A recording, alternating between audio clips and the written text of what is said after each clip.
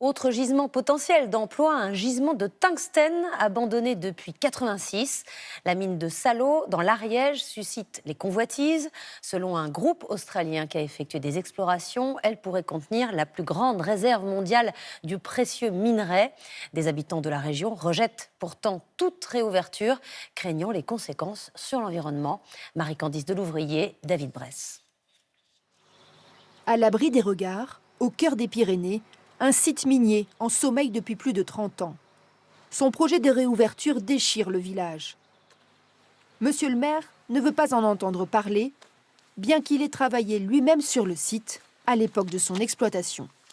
Ça fait 32 ans qu'on se bat, nous, pour reconstruire, pour développer le tourisme dans ce secteur. Et aujourd'hui, on vient de tout casser. Pourquoi faire? Pour remplir les poches de milliardaires, c'est tout. C'est tout, il faut dire la vérité.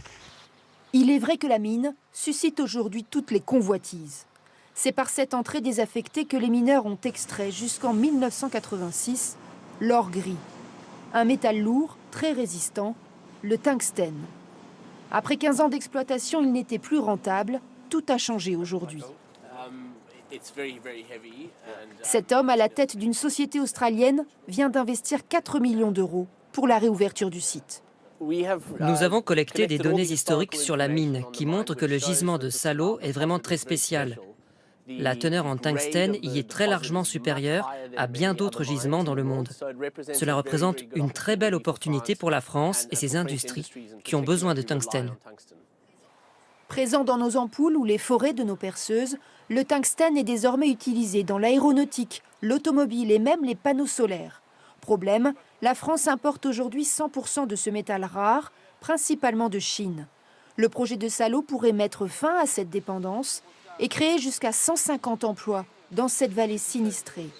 Une partie des habitants soutient donc le projet. Que ce soit 60, 80 ou 200, même 60 emplois, je prends. On n'est pas assez riche pour se permettre de cracher dessus. Le projet de la mine, moi je serais pour, mais pour l'instant, j'aimerais bien qu'on dépollue avant d'ouvrir quoi que ce soit. Ces terres rouges présentes sur le site contiennent effectivement des résidus de l'ancienne exploitation qui inquiètent la population, comme l'amiante détecté dans la mine. La justice a d'ailleurs récemment suspendu tous travaux de recherche. Ici, la réouverture de la mine n'est pas pour demain. Il reste encore 3 ans d'études avant que l'État décide d'accorder ou non un permis d'exploitation à la société australienne en charge du projet. Une société intéressée par le tungstène, mais aussi par de l'or, puisque des traces d'or, c'est avéré, ont été retrouvées dans ces montagnes. Le gisement reste à évaluer, mais il promet de rendre ce site encore plus stratégique et lucratif.